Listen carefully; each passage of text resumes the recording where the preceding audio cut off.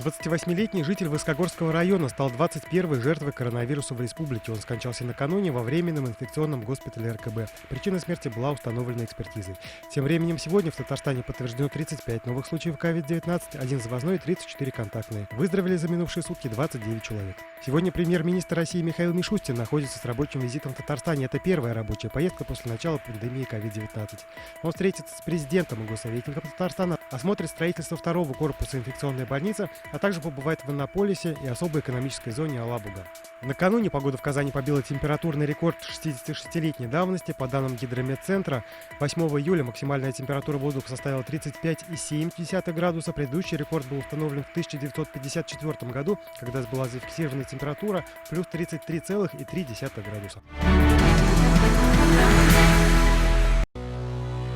Наша рука помощи вашему бизнесу. Антикризисные предложения. Телефон 843 5 705 100.